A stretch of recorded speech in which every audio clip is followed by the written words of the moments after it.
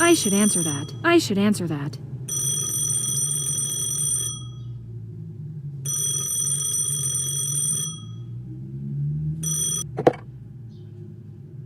Hello? Hello, Miss Pendrick. This is Sergeant Russell. I'm going to be your contact down at the Carlisle Police Department during your stay here. Glad to see you had no problem finding your accommodation, and I hope you've had some time to get acquainted with the police. I'm happy to hear from you, Sergeant. I've been speculating about this case all day. The suspense is killing me. Ooh, sorry. No pun intended. Fortunately, from what we can tell, your unattended pun does not apply. Yet. But we do need to move quickly to make sure it stays that way. To put it mildly, the past week has been overwhelming. 3 people gone missing, one right after the other. Only a couple days in between each. Our entire department is 3 people, for crying out loud. We're not equipped to handle something like this. What we're equipped for is either graffiti related or has to deal with noise ordinance. 3 people in a week? All in this little town? We've never seen anything like it. The worst part is that there's so many unknowns. Our gut is telling us that these disappearances are connected. You'd think they have to be, right? But try explaining that to the county chief.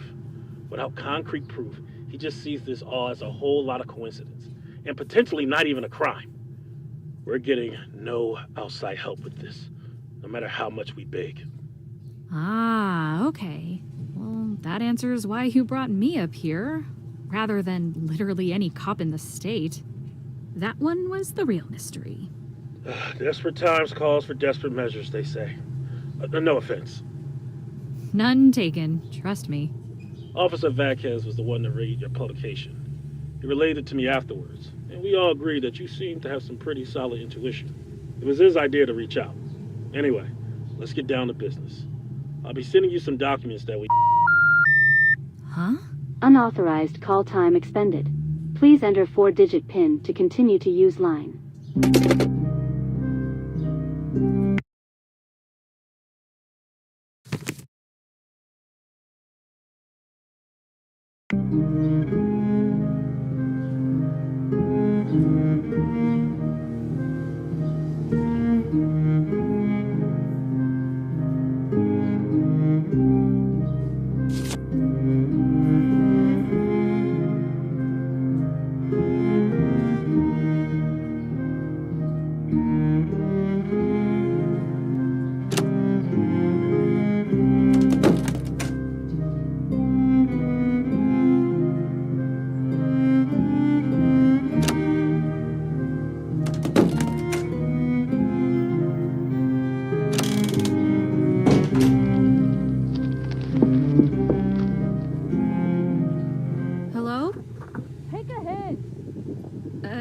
Do you have a second?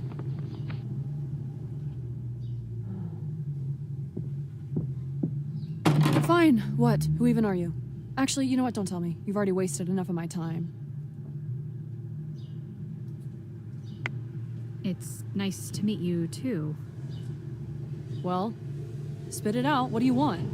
I just moved into the room next door, and... My condolences. To both me and you. And I was kicked off the landline. It's asking for some kind of PIN to activate it again. If I tell you how that thing works, can we agree that this door is now permanently off limits?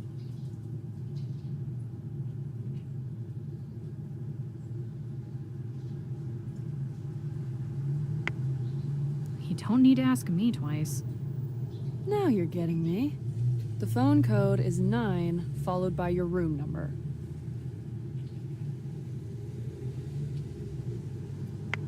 Thank you. There's no way I would have guessed that on my own. Hey, I never caught your name. Did I drop it? That exchange really brightened up my day.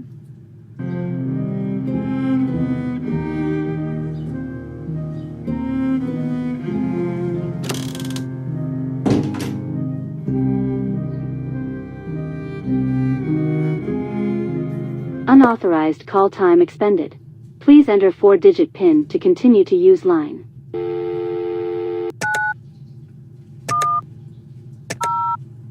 Caller authorized.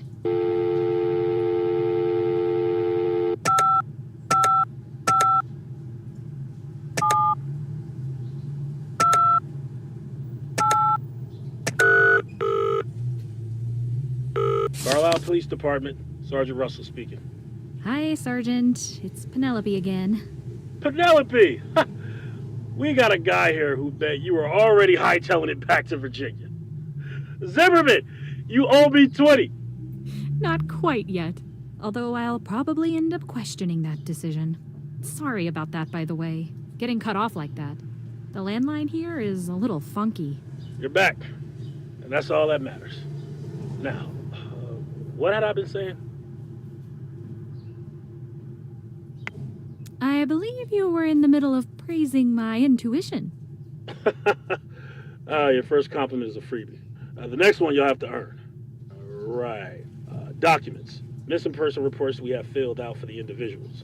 I'll be sending you some copies soon, so look out for that. These 3 people that went missing, what can you tell me about them? The first call we received concerned a Mr. Gerald Cook. He's an older gentleman, late 60s, who owns a bookstore on Main Street. The second, more concerning call was from Mrs. Eileen Davies, in reference to her son, Terrence. The boy had apparently not come home after school that day. He's only 15, which has really started to raise some red flags. Then, only 2 days after that, a third person was called in. The caller couldn't provide a name for the woman, only said that she's been coming to a specific diner for breakfast at 9 a.m. sharp every single day for years. This was the 3rd day in a row she hadn't shown, and the caller found this to be very out of character. Can you tell me more about Gerald Cook? Never met the man personally, but I had heard his name prior to all this. His bookstore, Novel Books, is a bit of a hub in this part of town. The place is practically a rec center for the entire population of Carlisle over the age of 65. In fact, it was one of those old timers that made the call at the crack of dawn to tell us that Gerald had to open up shop as usual and was nowhere to be found.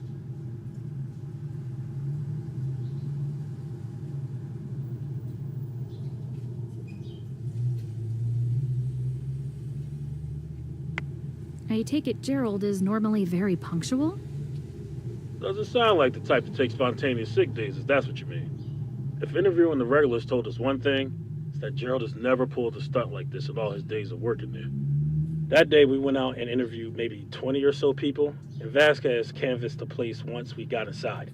Nothing. The place was pristine. Cash register locked, interviewees all giving the same story. How did you end up getting inside? There was a guy hanging around there. Michael something? Nobody asked you! Yeah, Mitchell Hart. Said he had a spare key. Seemed to know Gerald well. We talked to him for a while, but he didn't really say anything that everyone else hadn't told us already. He took us to Gerald's apartment, right above the store, but when we knocked, there was no answer. I wonder if anyone else has a key besides this Mitchell guy. Maybe Gerald was mugged and someone pickpocketed him. It'll be right out of the ne'er-do-well's playbook. Mug an old guy in an alley, steal his keys, rob his place, then lock up on the way out. That's why right now, our first priority is to get into that cash register. If money is missing, that'll simplify everything and give us a little direction, for Gerald's case at least. The address of Gerald's bookstore is 225 Main Street. Go take a look around for yourself. Can you tell me more about Terrence Davies? Terrence just turned 15 a few months ago. If he was any younger, all the cops in the county would be swarming around this case like flies to a rotten lunch meat. He's right at the age where the chief can shrug his disappearance off as a rebellious kid doing rebellious kid things. Does Terrence have any history of running away or causing trouble? Not according to his mother, at least not according to what we could piece together through the tears. Either way, we suspect she views her son through some rose-colored glasses, because interviews from fellow students and teachers at his high school painted a slightly different picture of him. Does he get into trouble at school? It sounds like he's mellowed out some now that he started high school. He holds quite the impressive record for previous years, but his current teachers just described him as some disruptive class clown type, not some menace to society. What exactly has he done? You name it. He had a rebellious streak in middle school according to the school documents, suspended multiple times, Never hurt anyone or anything like that, but played hooky a lot. Pulled the fire alarm once and also called a fake bomb threat in as a joke in the 7th grade. Okay, then. I can kinda see where the chief is coming from. But even if Terrence is just falling back into old habits, we still need to track him down for his mother's sanity. And by extension, ours.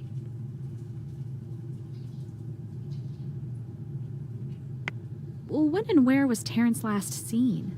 Teachers, classmates, and friends all said he left school at 3 p.m. with the rest of the kids. He told his friends he was going hiking, which they said was a regular thing he'd do. No one has heard from him since.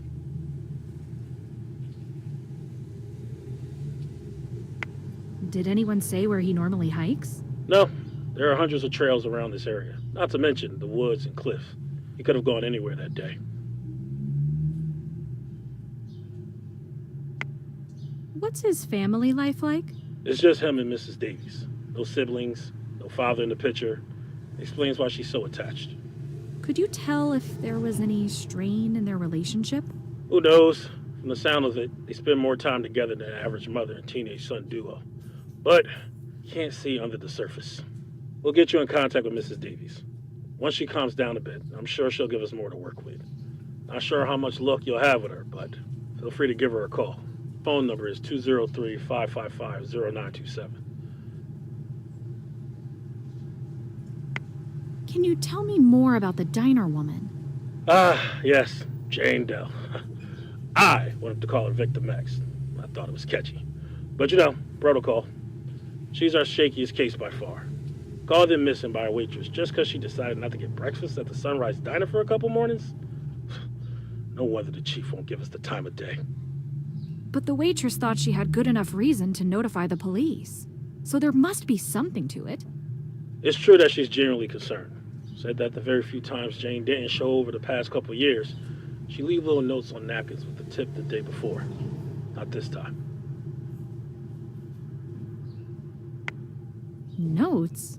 She didn't just tell them? The waitress describes Jane as an incredibly quiet, solitary woman. Said when Jane first started eating there, she thought Jane was deaf, but no, just quiet. Well, if she was really that reclusive, that would explain why nobody knows anything about her. There's our problem. Jane would only speak to order and say pleases and thank yous. She didn't sit around chatting up the help for hours. If she wasn't there to hang out with the waitresses, what did she do every single morning? Read books, lots of them. And not just the type with shirtless cowboys on the cover, but books with real substance, textbooks even, and all subjects, especially history. The waitresses said that Jane would set up every day in the same booth, take a few books out of her bag, and read and take notes while she ate. Interesting. I wonder if doing this was work-related or a hobby. What did you investigate, and who did you interview in regards to Jane? What can we investigate? No one knows her name, address, place of work, family, acquaintances. We examined her favorite booth at the diner and interviewed everyone who works there. All we know is that she's been coming there for roughly 3 years, is quiet, reads a lot, and has tried everything on the menu. None of the workers said she was acting differently the last day she was seen? No one was paying enough attention to remember. But one of the waitresses did hold on to what's currently our shred of evidence, a napkin with some chicken scratch. She was planning to return it to Jane the next day, but you know how that story ends. Did she frequent any other locations besides the diner? My only guess would be a library. Owning all those books would cost an arm and a leg. Thing is, Carlisle doesn't have its own library, and there are too many to count in neighboring towns. Wow, this is like trying to track down a ghost. You're telling me. All I can say is keep an eye open while you're investigating the other two. That's the best we can do right now. I'll send the napkin along with the other documents. So, Penelope, now that you know more about what we're dealing with here, what's going on through your head?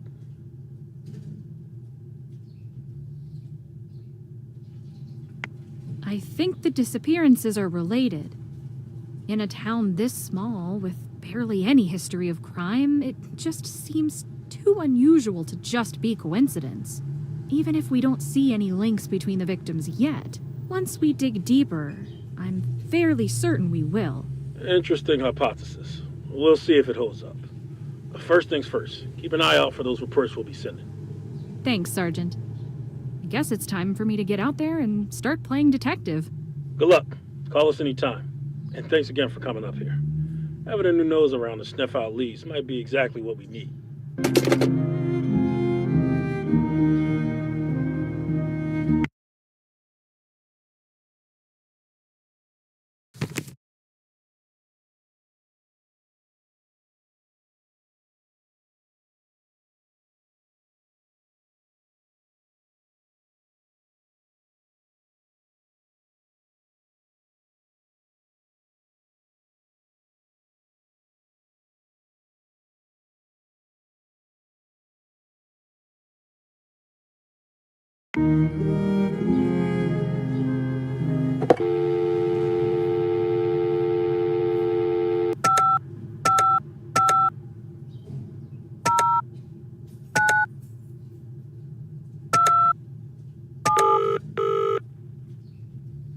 Terrence? Terrence, is that you?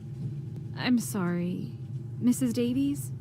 Oh, yes, this is she. My name is Penelope Pendrick. I'm working with the Carlisle police to help find your son. Would you have a moment to answer a few questions? Again? All right. Can you please describe the entire day he went missing in detail, from morning to evening? Let's see. I got up at 6:30 as usual and started making breakfast. Terrence sets his alarm for 7 and ate quickly after he got up. He had me sign a permission slip for some field trip, and then he gathered all his school supplies and left. As he was leaving, we argued about some stupid little thing.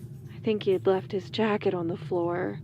And that was the last time I saw him angry at me.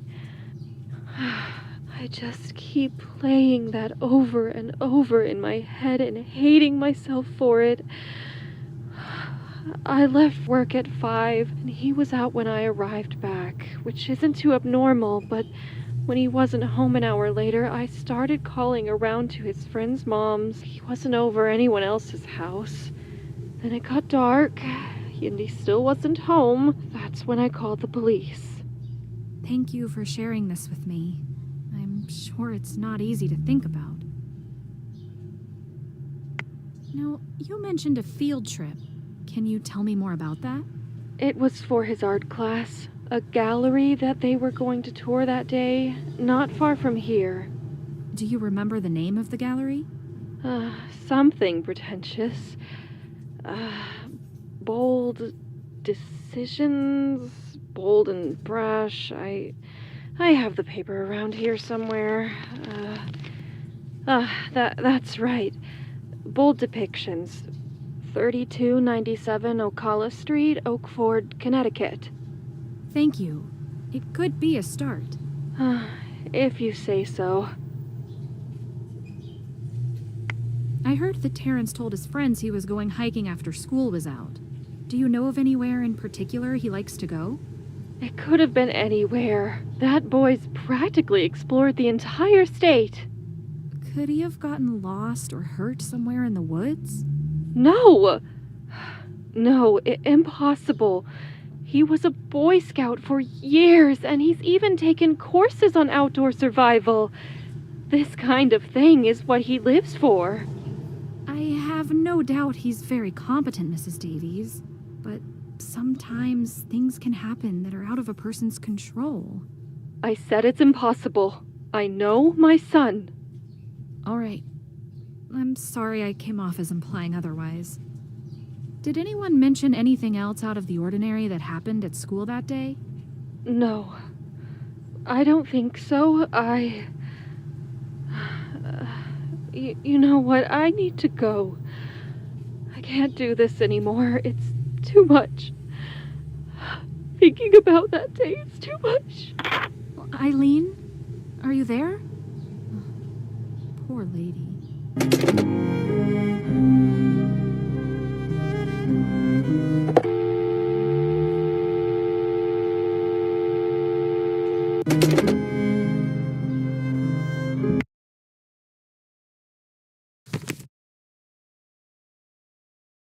That's not done. That's not done yet. That's not done yet. That's not done yet.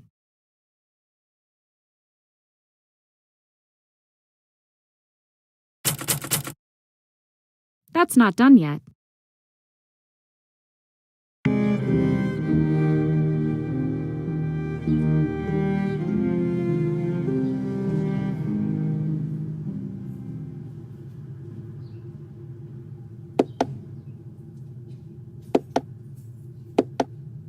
That's pretty much right now.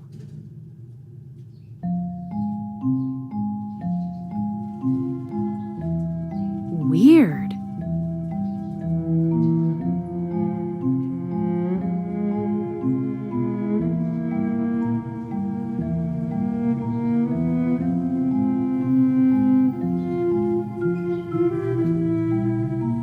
I need something for this.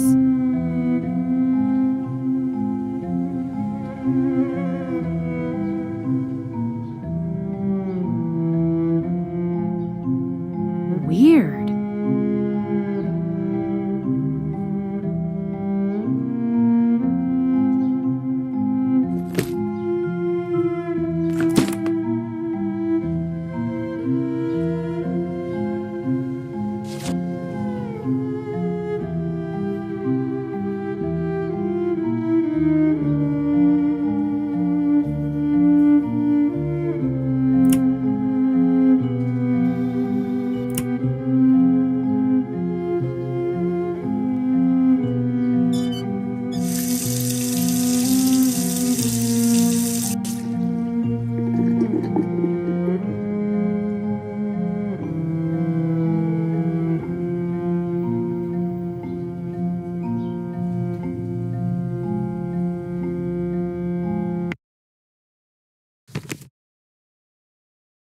That's not done yet.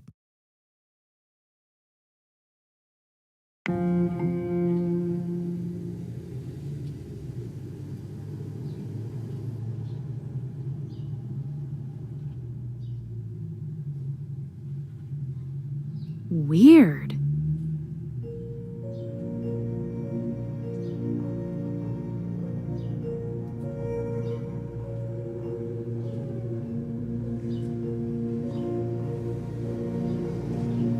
If I want to set the alarm, I need to press the alarm button. If I want to set the alarm, I need to press the alarm button.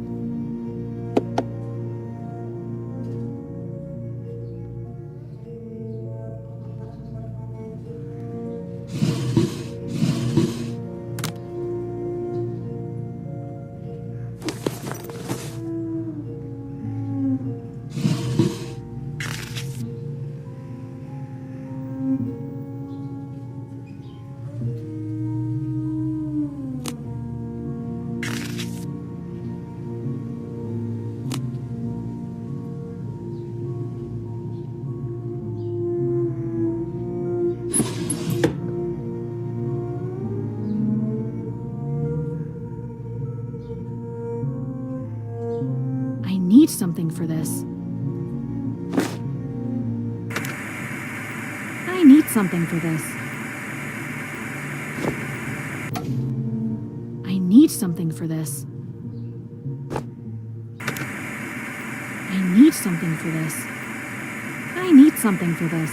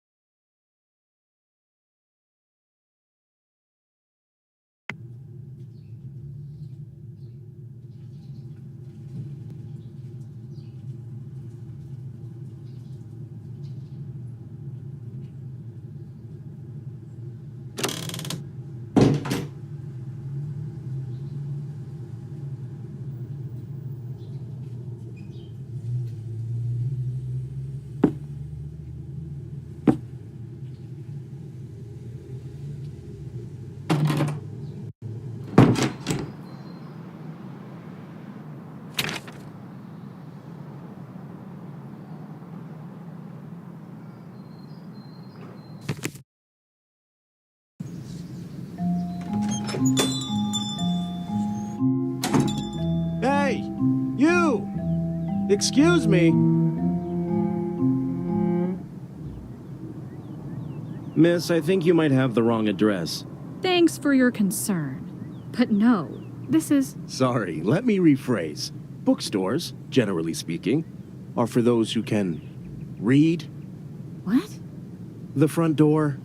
There is a sign that states in perfect English that this store is closed. Interesting observation from a guy sitting alone in a closed store. Touché. My name is Penelope Pendrick, and I was sent over by the Carlisle police to do some further investigation on the disappearance of Gerald Cook. I apologize for doubting your ethics and literacy. The name's Mitchell. Under usual circumstances, I helped Gerald run novel books, but now I'm useless. Mitchell Hart. The sergeant mentioned you to me. You have a key to the store, correct? Logically, that would make you a prime suspect. Listen here, girl. No, that's fair. If I were in your shoes, I'd be thinking the same thing. Can you describe to me the last time you saw Gerald that day? Like I told the cops, it was a completely normal day. I was sitting here for an hour or so before closing time, and then at 7 o'clock to help corral any stragglers out of the store. I said goodnight to Gerald, who was doing the usual nightly organizing and pencil pushing, and headed home. So he wasn't acting unusually in any way? Not at all. Albeit the store was having a busy streak, which kept Gerald pretty occupied. So no downtime to shoot the breeze. Okay. Thanks for the information. Would you mind if I asked you some more questions? Ask away. What do you usually do to help Gerald run the store? Sit in this corner all day? Not even kidding. If a customer has a question on where to find something, I locate it for them on the shelves. I also give suggestions of good reads based on what kind of genres they're looking for. Classics, thrillers, historical fictions, how-tos, you name it. Do you have a job besides this? It sounds like you spend a lot of time here. Technically speaking, I work in an insurance agency, but the past few months they've been cutting my hours. I used to spend time here to relax after work, but when my job situation started to go downhill, Gerald offered to take me on as a part-time employee. Wow, that's really generous of him. Gerald's just a genuinely good-hearted person, who are unfortunately becoming a dying breed. You mentioned the store being busy the day Gerald disappeared. Abnormally busy? You'd be surprised how much traffic this place gets. A day like that happens at least twice a week. Gerald sounds like a real business mastermind running such a successful little mom-and-pop shop. I wish he were here. He'd get a kick out of being called a business mastermind.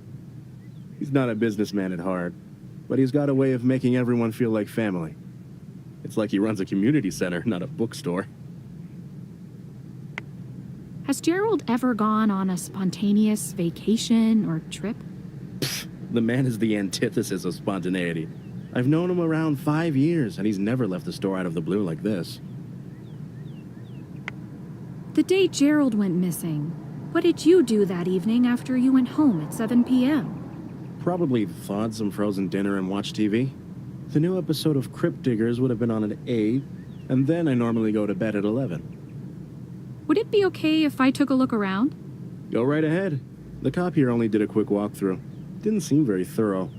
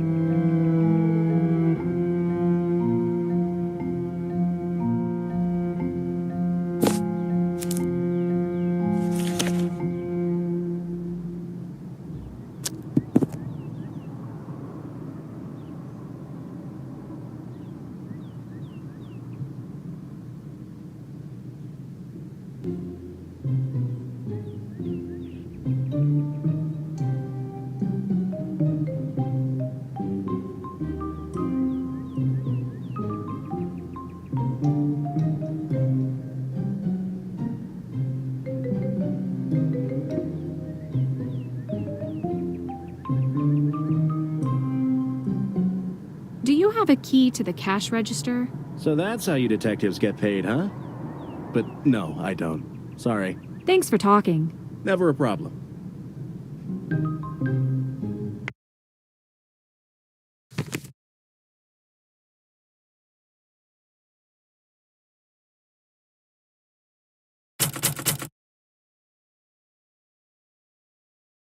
That's not done yet.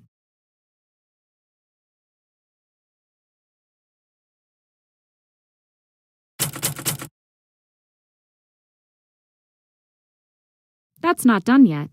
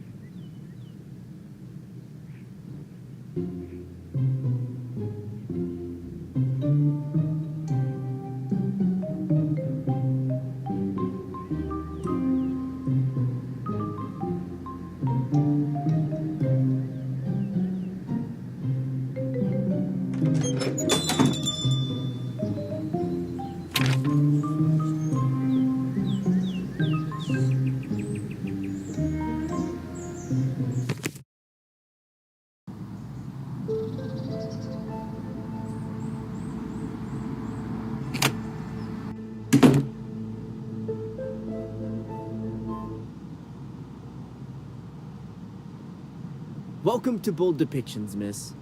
Can I offer information on a particular piece, or provide a guided walkthrough? Thank you. Maybe some other time. I'm actually here on behalf of the Carlisle Police. Would I be able to speak to the owner of this gallery? Oh, yes. You're looking at him. Colin Ellison. Pleasure to meet you. How can I help? I'm Penelope Pendrick. I'm sure you've heard of the investigation of the recent disappearances here in Carlisle. I have reason to believe that one of the 3 missing people was here the same day he disappeared. Yeah. And?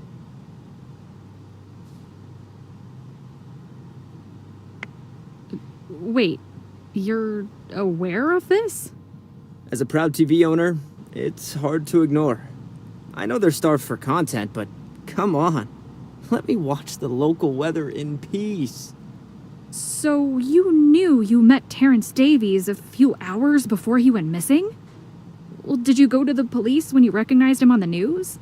And tell them what? Hey guys, I have some case-breaking info for you.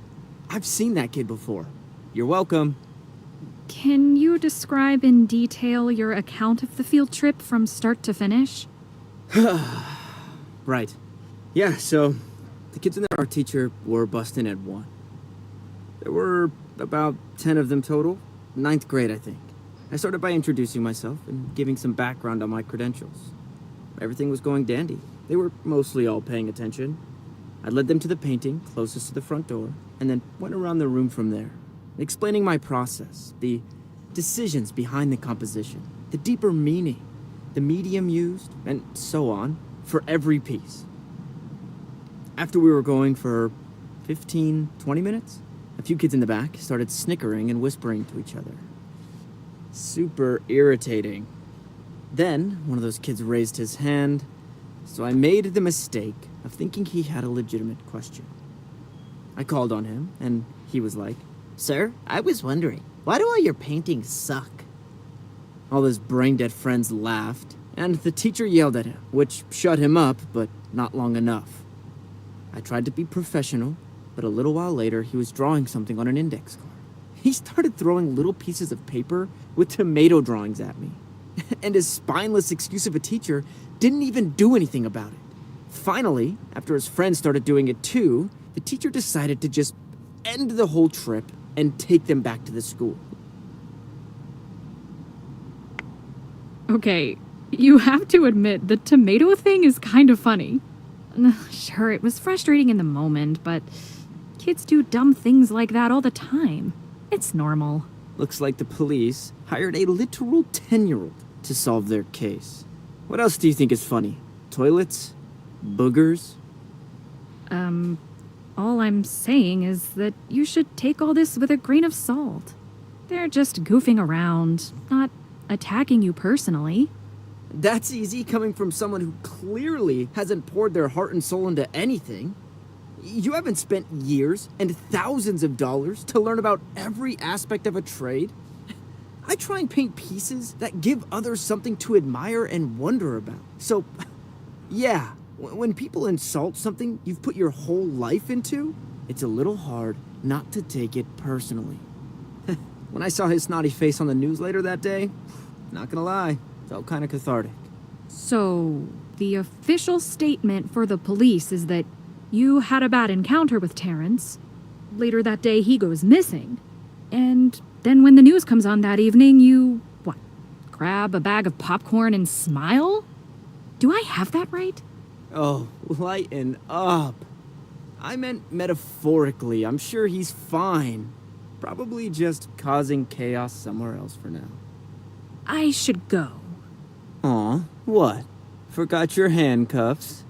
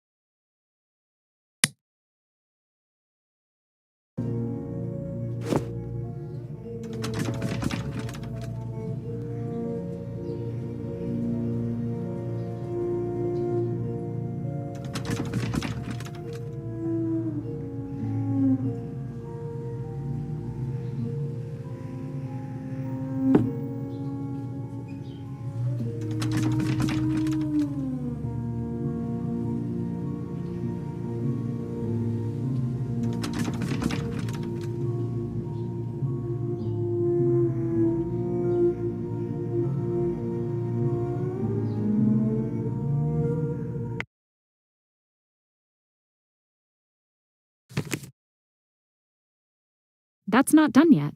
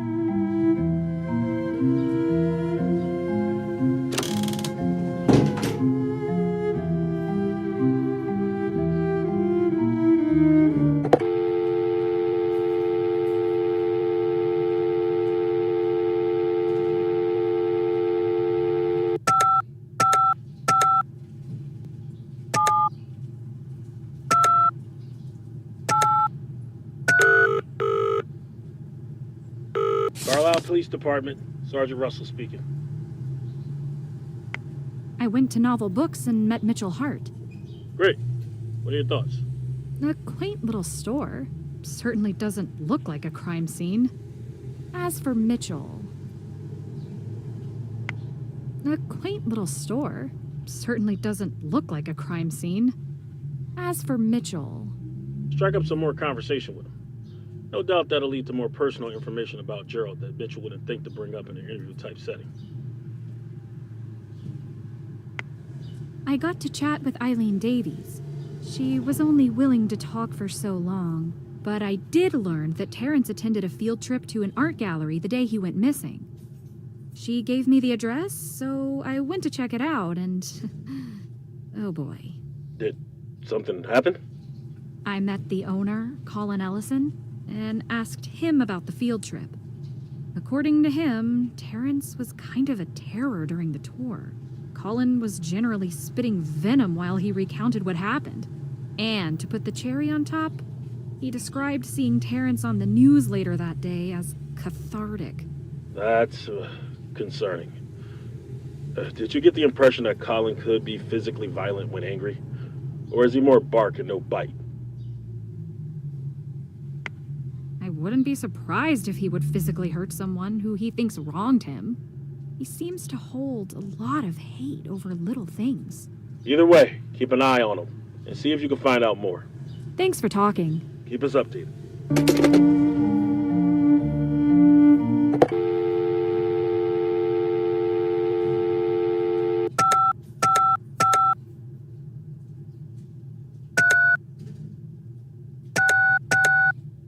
Now isn't the best time.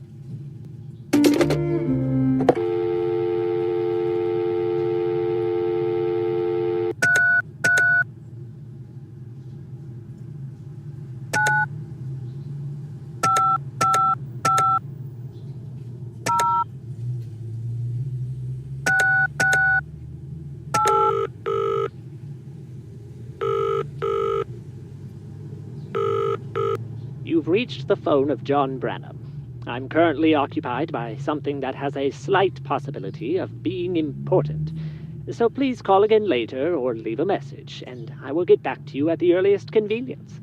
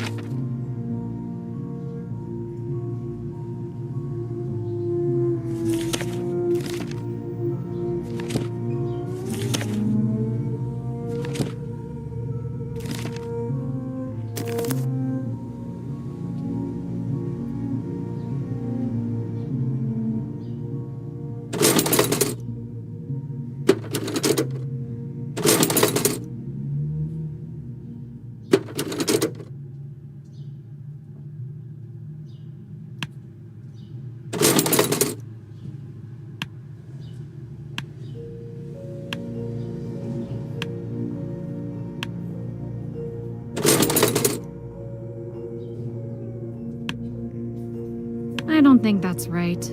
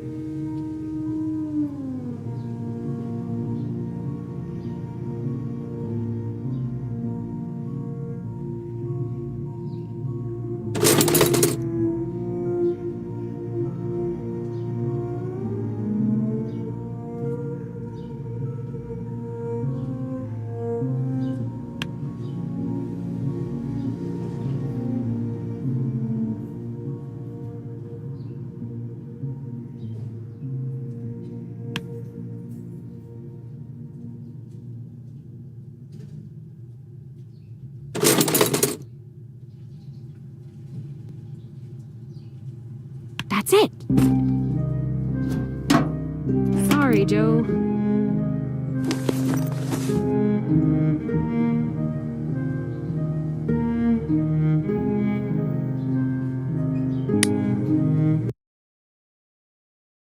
The can is missing something.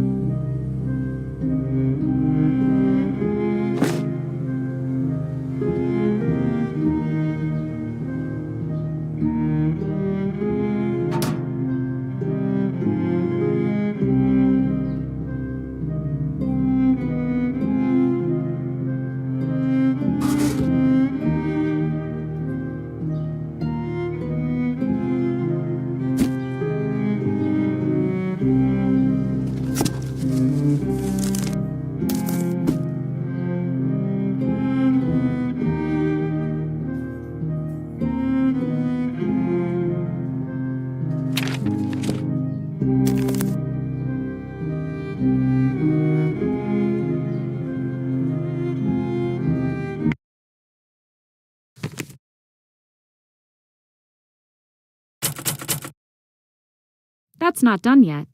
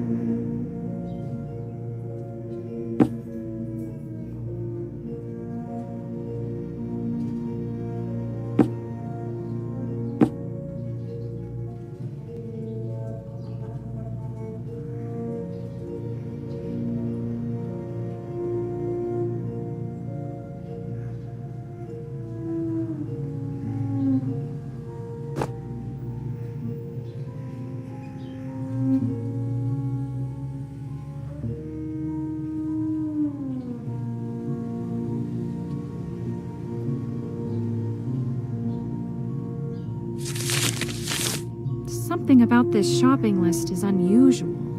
I'd better hold on to it.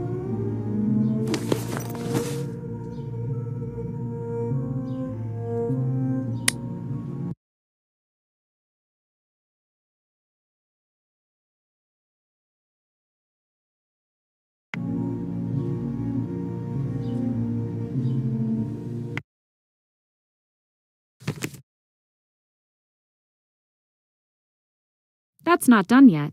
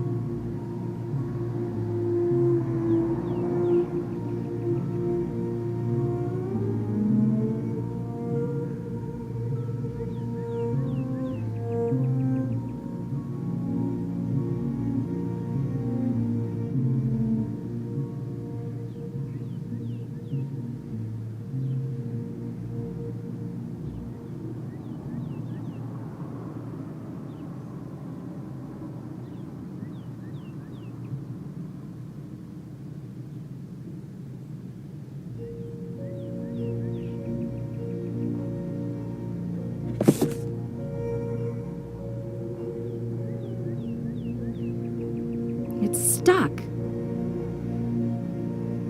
It's stuck.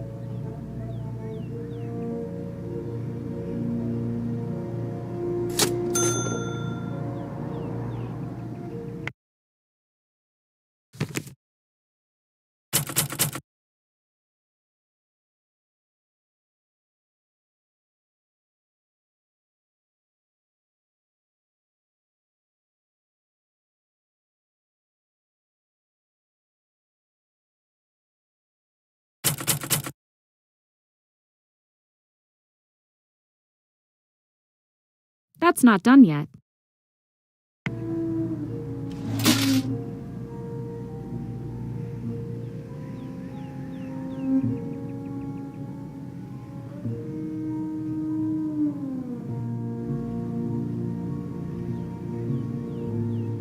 Everything okay?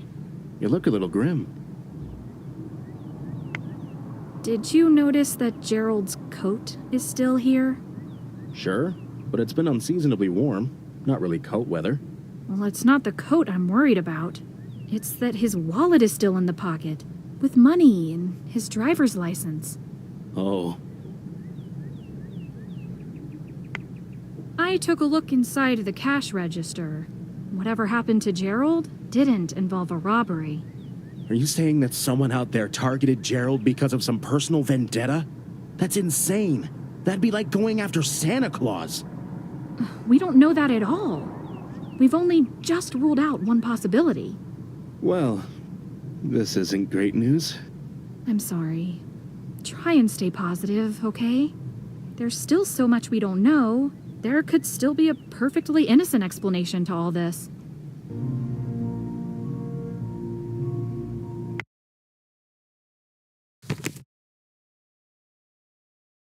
That's not done yet. That's not done yet. Would you mind if I asked you some more questions? Ask away. How was Gerald's health? Physical and mental. I don't know what drug he's on, but that man has energy. I'm jealous, and I'm 25 years younger than him. I do see him eat kale chips with his lunch, though, so maybe not that jealous. What about his mental health? Nothing has ever raised any red flags. Although his generation isn't much for talking about those kinds of things. You know, feelings.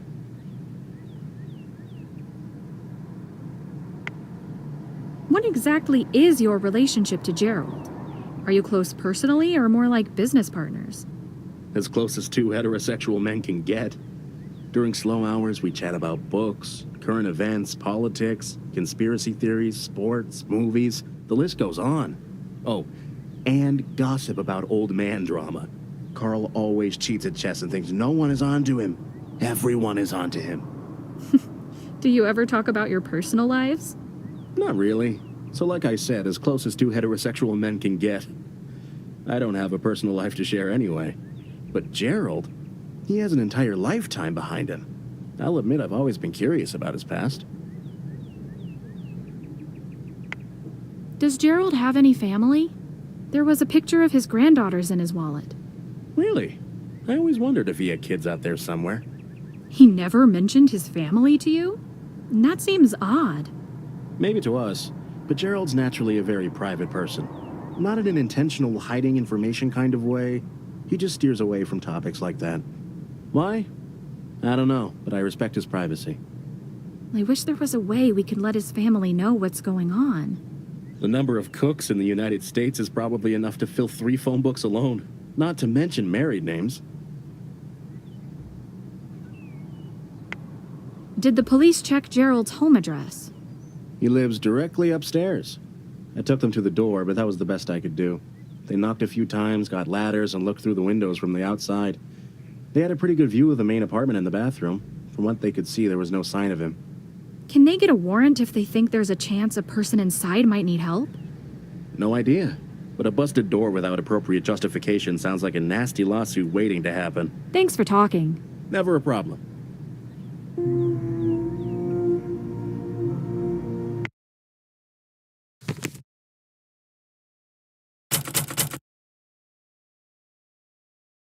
That's not done yet.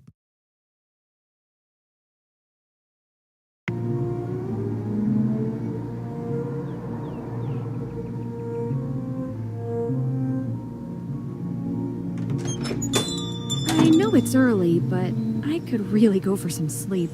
I'll get back to work tomorrow.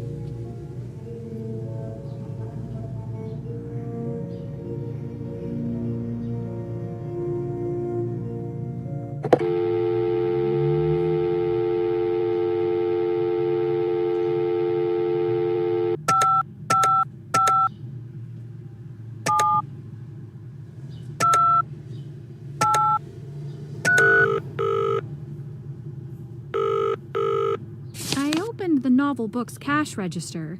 It was still full. And to top it off, Gerald's coat and wallet are still in the store. What? Oh, Vasquez! You need your eyes checked. Remind me to assign you to interviews next time. Good work. Whatever happened to Gerald was not premeditated on his end. It's a start. Thanks for talking. Keep us updated.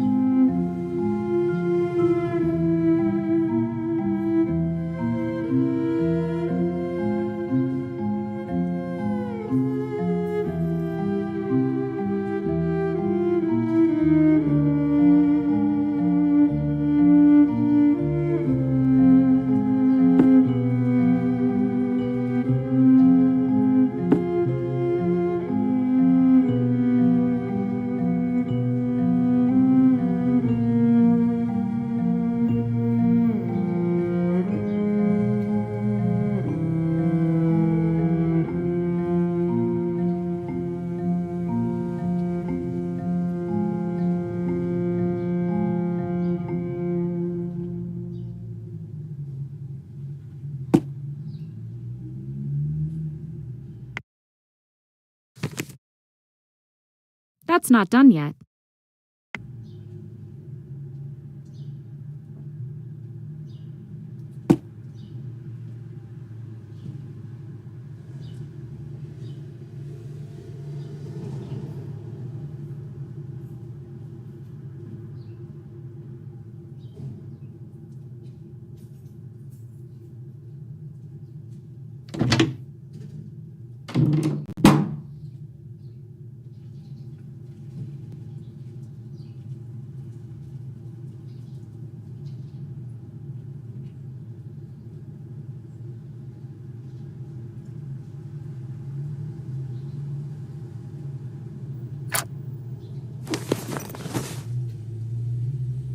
This could come in handy.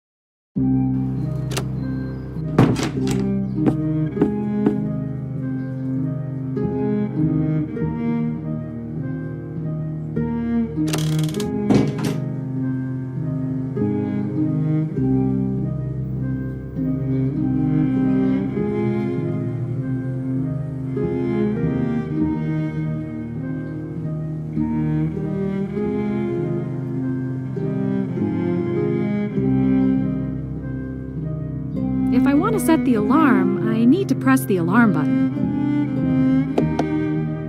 That's almost bedtime. That's almost bedtime.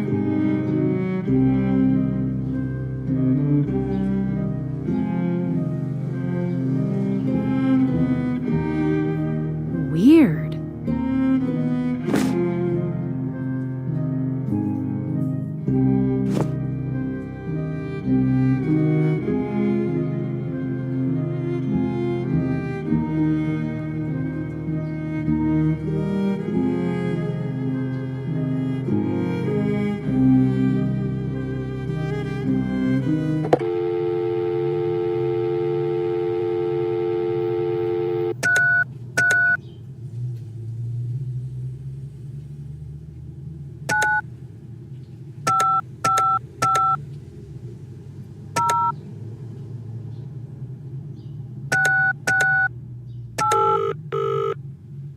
You've reached the phone of John Branham. I'm currently occupied by something that has a slight possibility of being important. So please call again later or leave a message, and I will get back to you at the earliest convenience.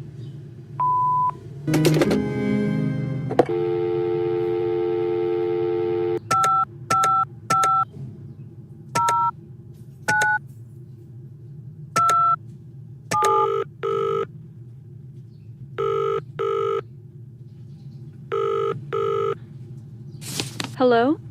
Hi, Mrs. Davies. It's Penelope again. How are you holding up? As well as can be expected.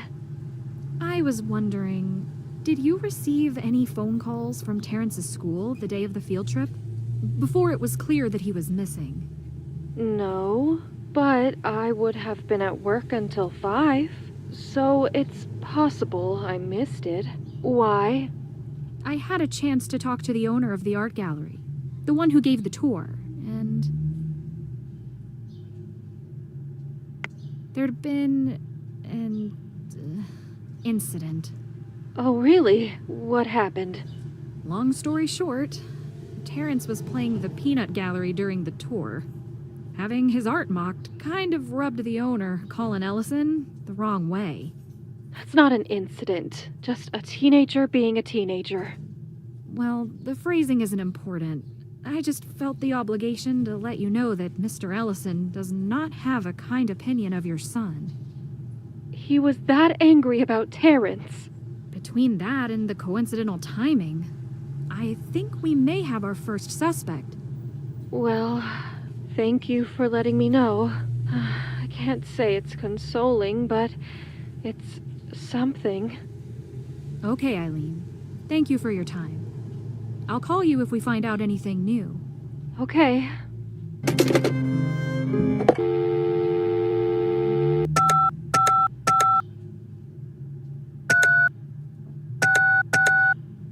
Now isn't the best time.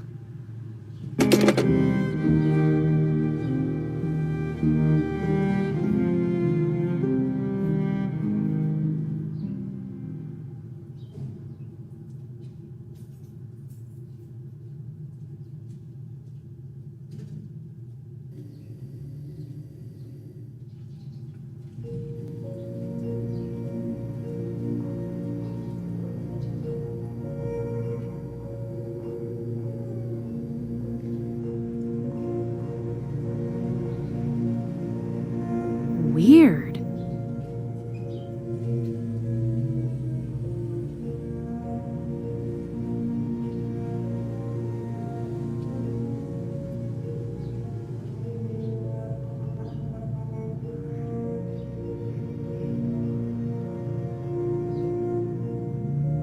If I want to set the alarm, I need to press the alarm button. If I want to set the alarm, I need to press the alarm button.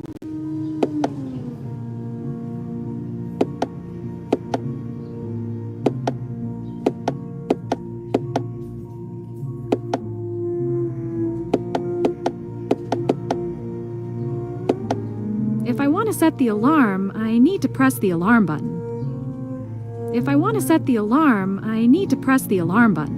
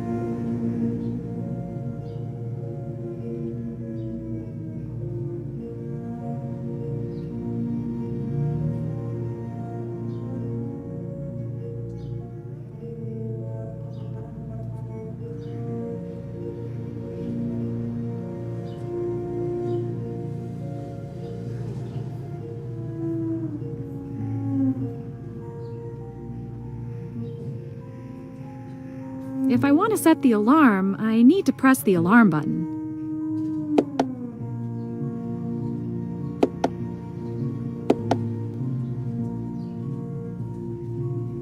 That's almost bedtime.